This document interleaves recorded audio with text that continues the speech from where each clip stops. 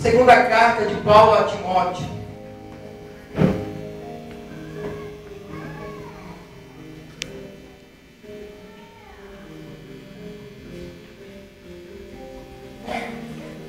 Segunda carta a Timóteo, versículo 6.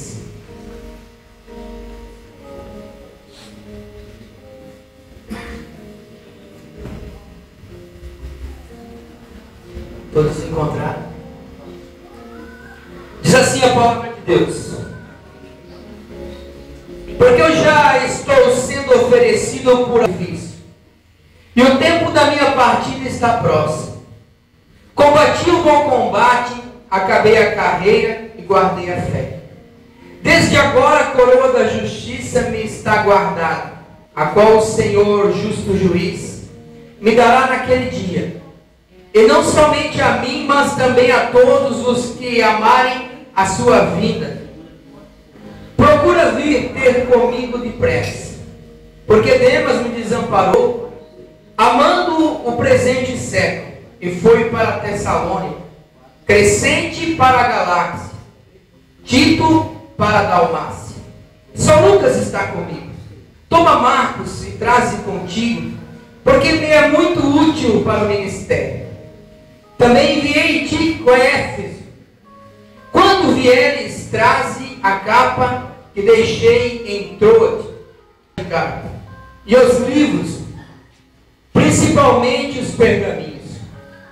Alexandre o latoeiro causou-me muitos males. O Senhor lhe pague segundo as suas obras. Tu, guarda-te também dele, porque resistiu muito às nossas palavras. Versículo 16. Ninguém me assistiu na minha primeira defesa, antes todos me desampararam, que isto lhes não seja imputado. Mas o Senhor assistiu-me e fortaleceu-me, para que fosse cumprida a pregação de todos os gentios a ouvissem. E fiquei livre da boca do leão. E o Senhor me livrará de toda a má obra e guardar-me-á para o seu reino celestial. Quem seja a glória para todos sempre. Amém. Glória a Deus pela sua palavra. Senhor, nesta tarde nos reunimos em teu nome. Queremos te agradecer pela tua palavra. Desejar, Senhor, pedir que o teu Espírito Santo ministre essa palavra em nossas vidas. Que ela venha produzir frutos. Um a 30, outro a 60 e outro a 100. Em nome do teu Filho amado Jesus Cristo. Amém. Graças a Deus. Muito alto, irmão. Não? Amém, queridos? Amém. A palavra de Deus começa a falar da segunda, escrita por Paulo a Timóteo. Paulo ele começa escrevendo essa carta a Timóteo. Paulo estava preso. Paulo foi um homem que, quando ele teve seu encontro com Cristo, lá no capítulo 9 de Atos dos Apóstolos, eu acho impressionante que, quando Jesus se revela para ele, ele entende que é o Senhor. Jesus diz para ele assim: Paulo, eu vou te mostrar o quanto tu tens que padecer pelo meu nome. E aí nós começamos então a ler as cartas que Paulo escreve, muitas vezes preso, muitas vezes foi afligido. Paulo foi um homem que foi apedrejado por causa do Evangelho.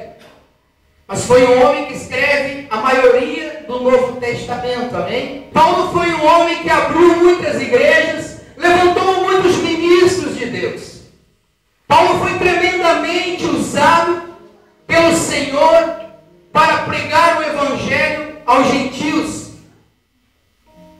E as nossas vidas, nós ainda quando um povo que não conhecíamos Jesus, nós também éramos chamados de gentios. Então a palavra de Deus chegou até nós através de um homem chamado Paulo, amém? Que assim foi se dissipando a palavra de Deus e chegou até nós. E agora nos deparamos então com Paulo escrevendo a segunda carta a Timóteo. Segundo estudiosos, essa foi a última carta que Paulo escreveu. E ele então direciona a esta carta a Timóteo. E o que eu acho interessante, quando Paulo, no primeiro capítulo, começa a designar essa carta dizendo ao meu amado filho. Timóteo foi um homem de Deus gerado por Paulo. O Espírito Santo gerou Timóteo através da sabedoria de Paulo. E Paulo começa a exortar, começa a ensinar, começa a dar dicas. Paulo começa falando a Timóteo e dando a ele força por coisas que iriam vir sobre a sua vida. E Paulo, nós sabemos que Paulo é um exemplo. E quando eu olho aqui para o versículo 6 do capítulo 4, Paulo parece que se bate de frente com uma grande dificuldade, próximo da sua morte. Quando nós lemos esse texto, parece que entendemos que Paulo está meio frustrado. Mas ele não estava frustrado. Ele estava alegre. Porque em suas cartas ele declara que a vida que agora vivo na carne, não vivo mais eu, mas Cristo vive em mim. Aleluia! Amém? E para que nós chegamos a este ponto, nós precisamos saber a quem nós servimos, o que estamos fazendo e para onde estamos indo. Nós precisamos ter o pleno do que estamos fazendo nós para Jesus. E Paulo tinha esse entendimento. Apesar de todas as suas aflições, apesar de ter passado por muitas circunstâncias, já ter sido preso, Paulo, ele sabia para onde ele estava indo. E no versículo 6, ele diz assim, ó, porque eu já estou sendo oferecido por aspersão de sacrifício. Ele estava ali neste momento com uma oferta. E nós precisamos entender o que é uma oferta. Uma oferta é nós podermos se doar a Deus para que o Senhor possa nos usar e salvar a nossa vida. Paulo, quando ele diz que está se entregando por sacrifício, ele não está mais fazendo a sua vontade, amém? E sim a vontade do Senhor. E nós também outrora fazíamos a nossa própria vontade. Nós fazíamos aquilo que nós bem entendêssemos em nossas vidas. Mas agora nos encontramos diante da palavra de Deus e conhecendo nós a verdade, não podemos mais andar como antes. Agora precisamos de mudança. Precisamos então começar a sacrificar o nosso eu, as nossas próprias vontades, os nossos próprios desejos, para que possamos então agradar agora o Senhor Jesus Cristo e cumprir a sua palavra. Antes, quando nós não entendíamos o Evangelho, nós vivíamos em leis e não na graça. E aí por muitas vezes nós éramos escravos das vidas, escravos do pecado. Querido, eu quero dizer para você nessa tarde que um escravo, ele não decide por si mesmo. Quando nós olhamos para o passado, nós podemos entender que a escravidão, existia um senhor que coordenava os seus escravos. Então os escravos, eles só faziam aquilo que o seu senhor designasse para que eles pudessem fazer. Eles não tinham liberdade. E assim era eu e você. Mas um dia, um homem chamado Jesus Cristo vem a este mundo, morre na cruz do Calvário, para que eu e você pudéssemos a partir de então ter liberdade. Então já não vivemos mais em escravidão. Agora nós vivemos pela graça de Deus. Agora nós vivemos pela palavra de Deus que nos é dada através de seu Filho Jesus Cristo e que através dele nós tivemos vida. Quando Jesus diz lá em João que ele é o caminho, a verdade e a vida, nós temos que entender coisas.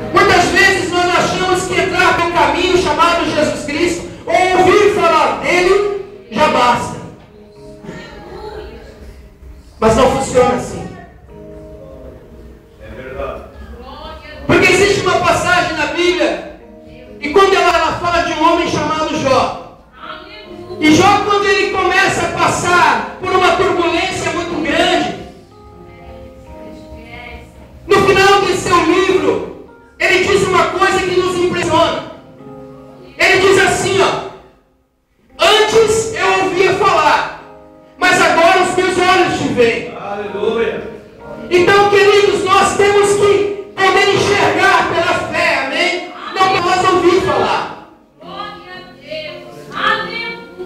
Nós precisamos enxergar. Enquanto nós não vemos, nós ainda não temos direção.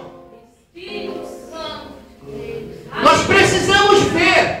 Por que muitas pessoas não têm vitória? Por que muitas pessoas não conseguem permanecer no Evangelho? Porque eles...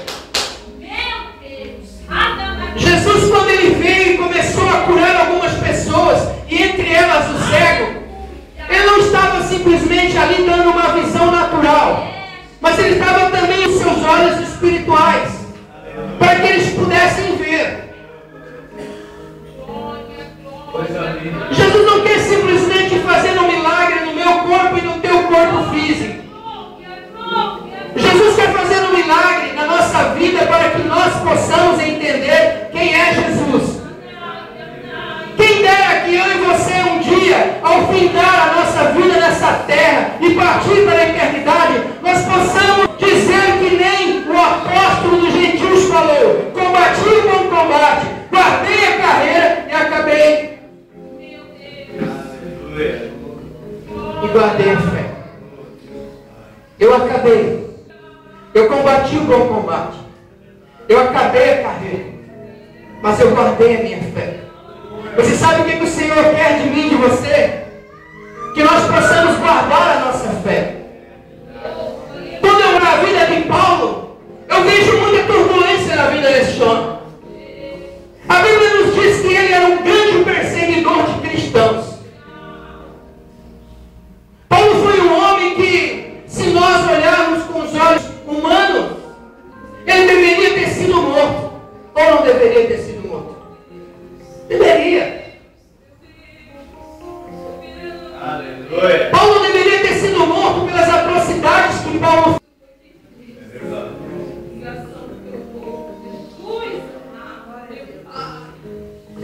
Só que nós temos que dar glória a Deus, porque o Senhor não vê como nós vemos, amém? O Senhor vê com seus de misericórdia. Quando o Senhor fala com Ananias, o que é que ele diz, Ananias? Ananias diz assim: Senhor, mas eu vou lá, é Saulo, aquele homem, não era ele que perseguia os cristãos. E Jesus falou a ele: é mesmo? Mas vai lá, porque ele para mim é um varão valoroso. É um homem de grande valor. Querido, se você está aqui nessa tarde, porque você tem grande valor para o Senhor. Aleluia. Amém? Você consegue compreender essa palavra? Você não veio aqui atraído por um bolo. Você não veio aqui atraído por um refrigerante. Você veio aqui atraído pelo Espírito de Deus. Sabe por que eu falo isso com convicção para você? Porque Paulo, quando ele chega numa certa cidade e ele vê ali muitos altares, sabe o que ele fala? Ele olha e vê uma placa assim, chamada Deus Desconhecido. Você sabe o que Paulo falou? Eu vim falar sobre aquele Deus ali, ó, Deus Desconhecido. Ele ganhou muitos para Jesus. Nós precisamos usar de sabedoria, querido. Talvez você pode até ter pensado na tua cabeça aí: eu estou sendo, vou ir lá porque lá vai ter festa, depois eu vou comer o vinho. Mas primeiro de tudo, você vai se alimentar na palavra de Deus. Amém. Precisamos ter vida em Cristo. Amém?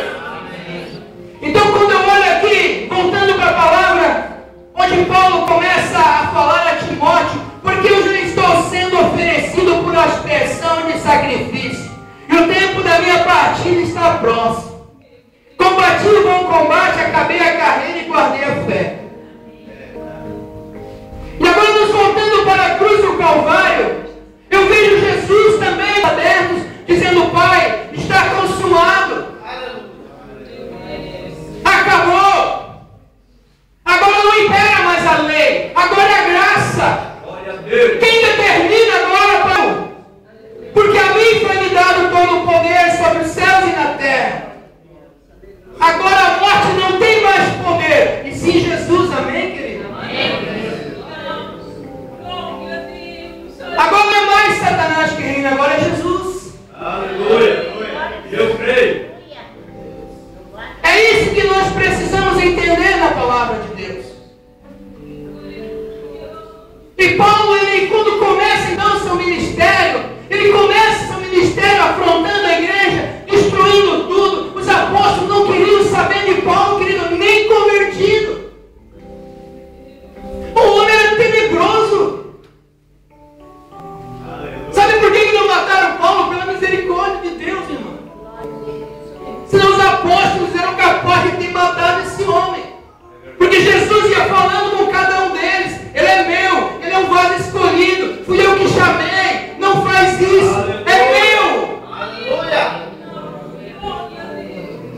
Aleluia. Mas uma coisa Jesus falou para ele: muito tu vai padecer por causa do meu nome. E Paulo foi preso. E Paulo foi apedrejado. E Paulo, muitas coisas fizeram com ele. Mas uma coisa não conseguiram fazer com ele: parar Paulo. Queridos, aquele que tem a convicção do seu chamado, não tem quem o pare. Ainda que o inferno fique contra, deixa eu te falar uma coisa: já foram todos eles vencidos na cruz do Calvário. Então por que está amedrontado? Por que te amedronta? Se existir alguém maior do que Jesus, para que possa provar o teu medo, me apresente, porque eu ainda não conheço.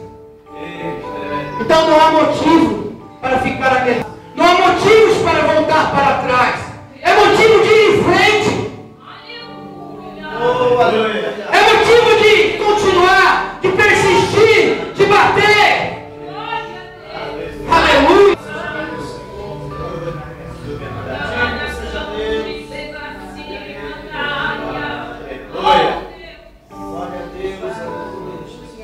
Não pare. Continue. É para aquele que acabar a carreira. Deixa eu te falar uma coisa, querido. Talvez você começou como Paulo, passando por cima de todo mundo, fazendo tudo errado. Mas não importa como você começou, é como você vai terminar. O que importa é como eu e você iremos terminar. Não é como nós começamos. Quando eu comecei, querido, eu não conseguia ter esse microfone na mão. Aqui o meu líder deu uma risadinha, porque é verdade. Eu não conseguiria subir aqui na frente de todos vocês. Mas o poder não está em mim, está em Jesus, amém? É Ele que muda, é Ele que transforma, é Ele que levanta os seus valentes. Os valentes de Deus não são levantados por homens, são levantados pelo próprio Deus. Aleluia.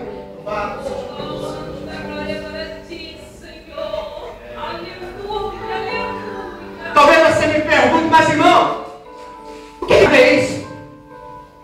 O que tem a ver combater, o bom combate, acabar a carreira, guardar a fé?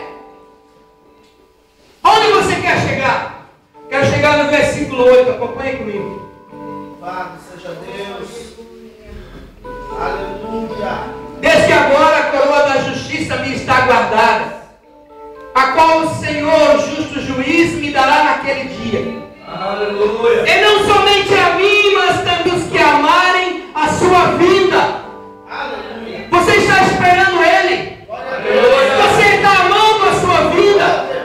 Você está desejando Ele no teu coração? Então a coroa está guardada para você. Ei, Deus não tem pessoas exclusivas. Deus não tem. Ele ama todos igual.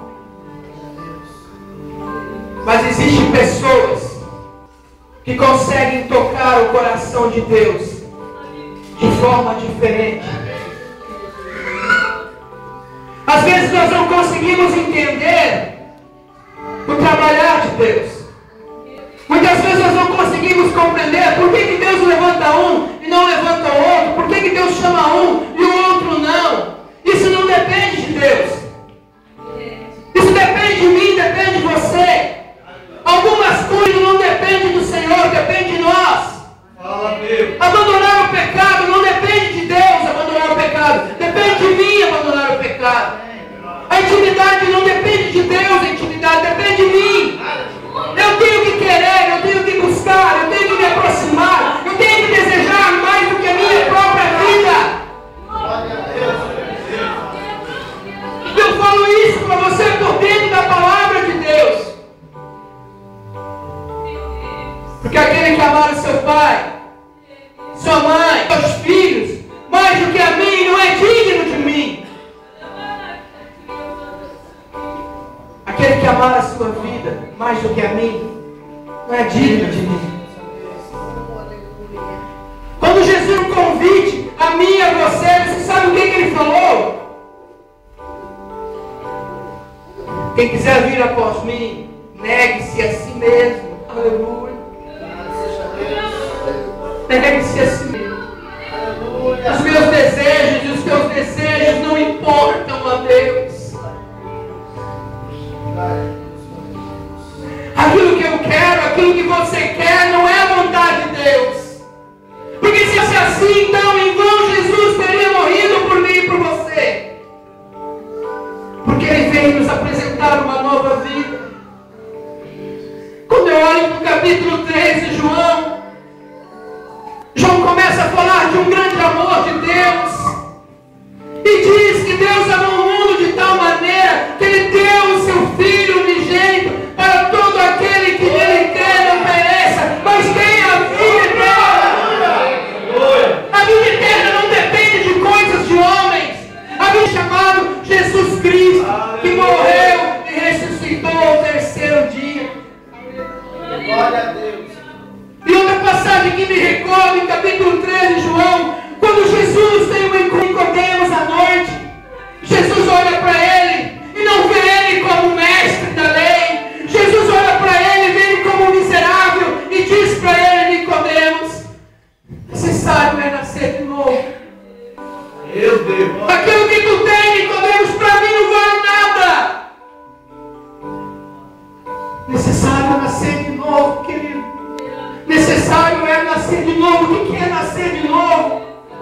Nascer de novo é pegar tudo que eu tenho, a minha bagagem mundana, as coisas do mundo, as minhas religiões, os meus problemas, as minhas dificuldades, os meus estudos, e colocar tudo diante de Deus e dizer: Senhor, agora eu quero teu Filho Jesus Cristo, gera em mim uma nova vida. Porque quando a Bíblia diz que nós, quando somos nascidos da carne, é carne, e quando somos nascidos do Espírito, é Espírito, a carne está querendo, Jesus está querendo dizer a mim e a você, que quando nós somos nascidos da carne somente, nós somos filhos de Adão. E quando nós nascemos do Espírito de Deus, nós teremos vida. E essa vida que eu te apresento nessa tarde é o Senhor Jesus Cristo. Aleluia. Esse foi o entendimento que o apóstolo Paulo adquiriu e que nós precisamos adquirir. Aí nós olhamos ao nosso redor hoje, não vimos mais prisões, pelo menos no Brasil, que glorificamos o nome de Jesus, que não existe ainda prisões para pessoas que servem a Deus, mas existem outros países, por exemplo a China, que os cultos têm que ser feitos escondidos, porque senão todos são mortos. Você sabe quanto tempo dura o único culto na China? Pelo menos 16 horas. E quando nós passamos uma hora na presença de Deus, nos sentimos fadigados, cansados, de saco cheio. Eu tenho tantas coisas para fazer, tem que ficar uma hora dentro da igreja. Isso não é nascer de novo. Quebra tudo, Jesus. Isso não é largar a minha vida para entregar a Cristo, para receber o que Ele tem para mim. Aleluia. Porque em momento algum nós vamos ver o Senhor Jesus falando que Ele aceita aquilo que está em mim antes que seja renovado. As minhas petições precisam ser conforme a vontade de Deus. Porque se vós estiverdes em mim e as minhas palavras estiverdes em vós, então pedireis tudo o que quiserdes e vos será feito. Existem condições para ser abençoado. E a condição é: se a minha palavra estiver em vós. Aleluia. Se vós estiverdes em mim. E para mim estar em Cristo, eu preciso ser uma nova criatura.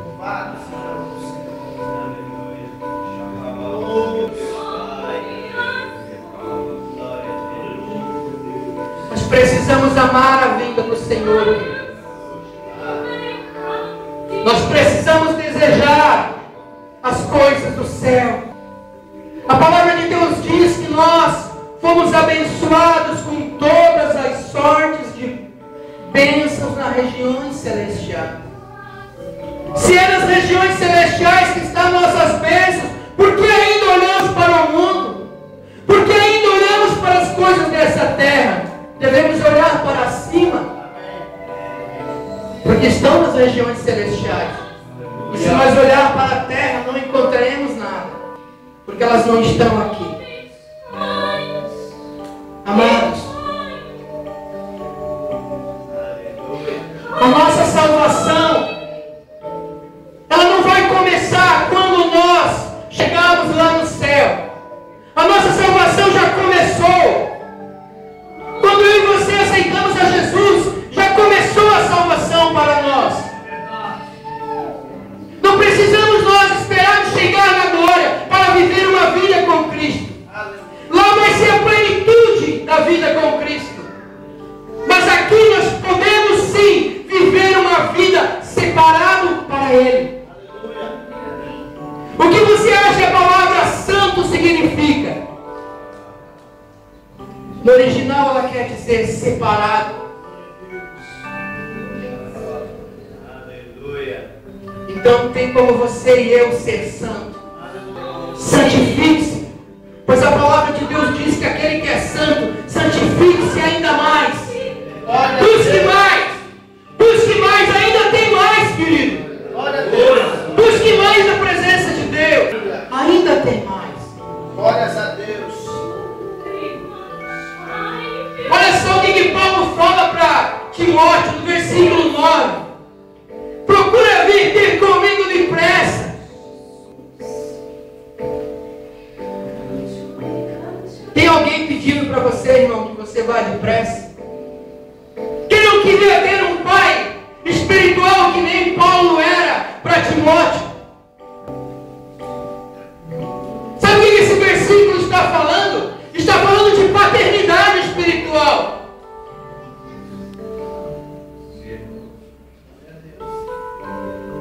Qual filho que não se alegraria quando seu pai, estou falando no, e também podemos falar no carnal também, na nossa carne física, nosso pai natural. E qual filho que não se alegraria quando seu pai pegasse o telefone e dissesse assim: olha, meu filho, vem ter comigo rápido.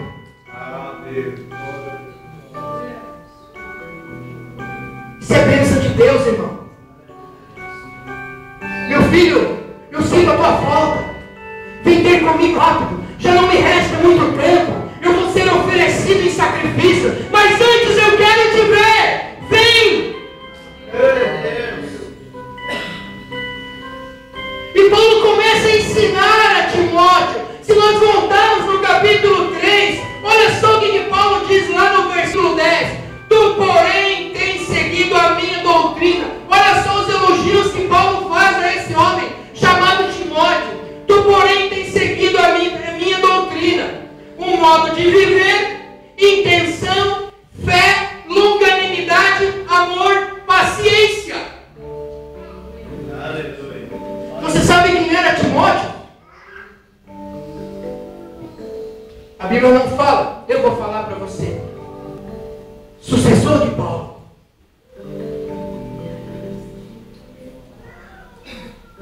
Porque ele seguiu as instruções de que seu pai o ensinou. Quem é o teu pai espiritual? Quem que dobra o joelho contigo no momento da tua dificuldade? No momento que você precisa? No momento do clamor? Quem é ele? Nós precisamos de um pai só. O meu está aqui, ó. Nós não conseguimos viver uma vida só em Cristo, amados. Nós precisamos viver uma vida em Cristo em